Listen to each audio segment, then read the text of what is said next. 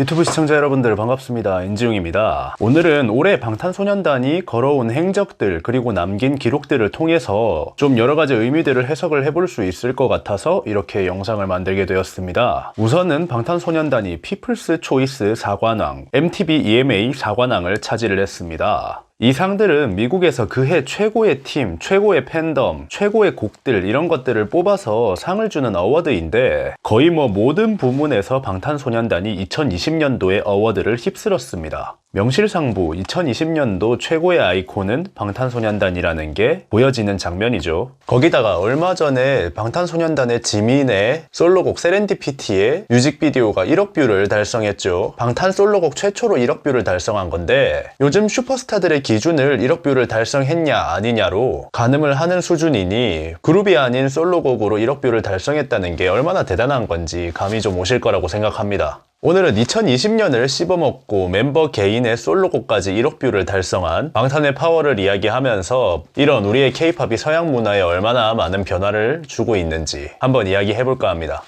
뿅. 세상에는 굉장히 다양한 취향이 있습니다. 자유분방하고 스윗한 서양 남자를 좋아하는 사람들도 많고 그래도 좀 우리랑 다른 종족 같아 라고 생각하면서 이질감을 느껴 하는 사람들도 있죠. 그런데 우리나라뿐만 아니라 전 세계 어딜 가도 다 그래요. 일단은 외적으로 다르잖아요. 동양인과 서양인은 덩치부터 시작해서 외모, 문화, 그리고 심지어는 털의 색깔, 눈의 색깔까지도 다릅니다. 이제 그러다가 보니까 과거에는 서양인이 아시아권 문화를 좋아한다, 아시안을 좋아한다 이렇게 당당하게 얘기하는 게 시선이 곱지가 않았단 말이죠. 너 아시안 패티시 있냐? 너 서양인 못 만나서 아시안 만나려고 하는 거 아니냐? 좀 이런 시선으로 바라봤다고 해야 될까요? 안 그런 사람들도 많겠지만 서양권에 있는 친구들과 이야기를 해보면 확실히 이런 시선들이 존재한다는 거를 살아보신 분들은 아실 거예요. 이제 특히나 미국 같은 경우는 남자의 미, 멋진 남자의 기준이 한국과는 굉장히 다른데 보통 마초미를 가진 남자가 멋진 남자의 기준이 되는 경우가 많아요. 캡틴 아메리카, 토르 이런 몸 좋고 훤칠하고 얼굴에 각 딱 잡혀있고 남자 냄새 풀풀 나는 그런 사람이 미국에서는 미남이고 멋진 사람으로 표현이 된단 말이죠. 샤프한 느낌의 미소년, 꽃미남 이런 느낌의 친구들보다는 확실히 학교 운동부, 농구부, 미식축구부 이런 느낌의 친구들이 인싸고 여자한테 인기도 많아요. 그러다 보니까 스타일링을 할 때도 남자들이 예쁘게 꾸미고 멋있게 차려입고 이러기보다는 근육이 드러나는 옷들이라던가 스포티한 짧은 머리 이런 느낌을 남자들이 가지려고 하죠. 한마디로 우리가 생각하는 아이돌이랑은 굉장히 다른 미를 추구를 하고 있다는 거예요. 그러다 보니까 미국의 남자들은 본인들이 좀 남자답다, 남성미 있다 이렇다는 거를 좀 과시하고 보여줘야 합니다. 그래서 미국에서는 아이돌 문화라던가 좀 미소년적인 느낌이 나는 사람들을 마이너 문화 취급했어요. 예를 들어 드리자면 저스틴 비버의 전성기 때만 해도 정말 많은 소녀들이 비버를 좋아했었지만 남자들 같은 경우는 비버 노래 듣는다고 하면은 mp3를 부셔버린다던가 의자에 묶어놓고 비버 노래 들려주기가 친구들 사이에서 고문으로 통할 만큼 비버 노래 듣는다고 하면 What the, 너 호모냐? 막 이런 반응이었죠. 미국 내의 아이돌인 비버의 노래를 들어도 이런 반응이 나오는데 K-팝을 좋아한다고 하면은 정말 소수의 오타쿠들이나 아시안 패티시 있는 사람으로 보는 시선도 적지 않았어요. 물론 이 이야기는 방탄소년단과 블랙핑크가 세계적인 히트를 치기 전의 이야기입니다.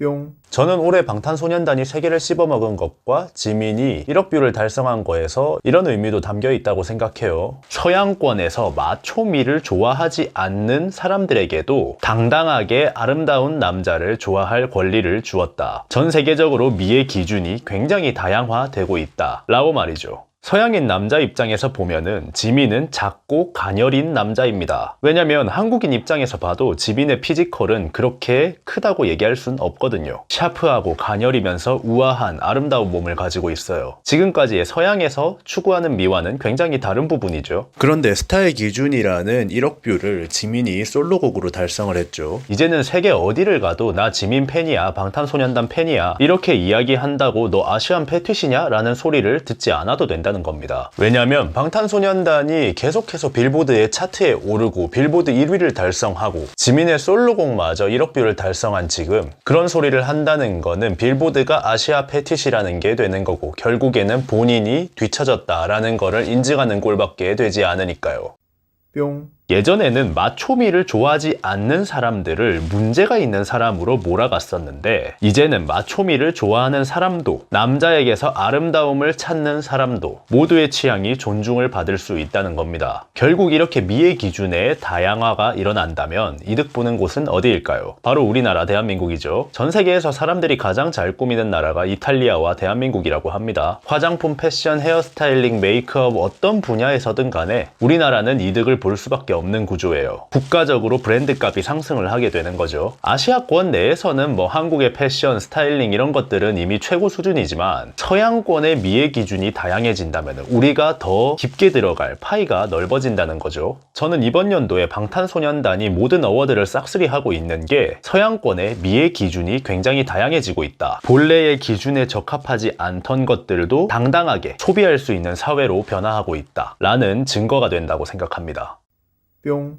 많은 사람들이 제 채널이 방탄소년단 빨아서 키운 채널이다. 어쩌고 저쩌고 이렇게 얘기를 하시더라고요. 맞아요. 그런데 빨만 해서 빠는 겁니다. 방탄소년단을 안 빨면은 대한민국에서 어떤 그룹을 빨죠? 방탄소년단을 칭찬을 못한다면 K-팝 내에서 어떤 그룹을 도대체 칭찬할 수 있죠? 상품성, 예술성, 그룹의 단단함, 팬덤, 기획사, 그리고 피드백까지 전문가가 봤을 때 어느 하나도 빠지지 않는 그룹인데 말이죠. 당연히 칭찬하는 게 맞죠. 팬덤끼리, 어린애들끼리 막 네가 잘났네, 쟤가 잘났네 이러면서 싸우는 거 말고 트레이너 입장에서, 전문가적 입장에서 봤을 때 방탄을 칭찬하지 못할 이유가 있다면은 누가 한번 댓글로 써봐요.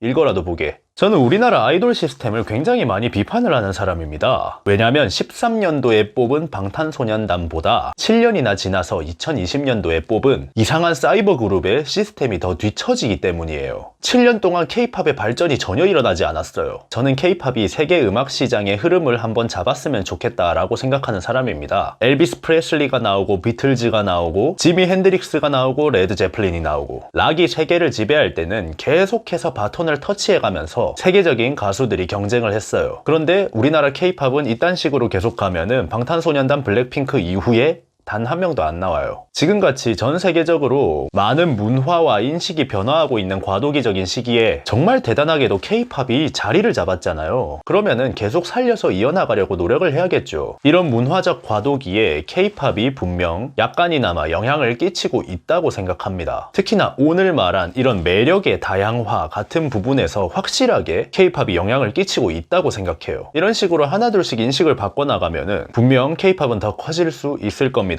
국내 기획사들이 지금처럼 삽질만 안 하면 말이죠. 방탄소년단이 K-팝의 최고점이 아니라 전 세계로 뻗어나가는 K-팝의 시작점이 되었으면 하는 마음입니다. 지금까지 인중이었습니다.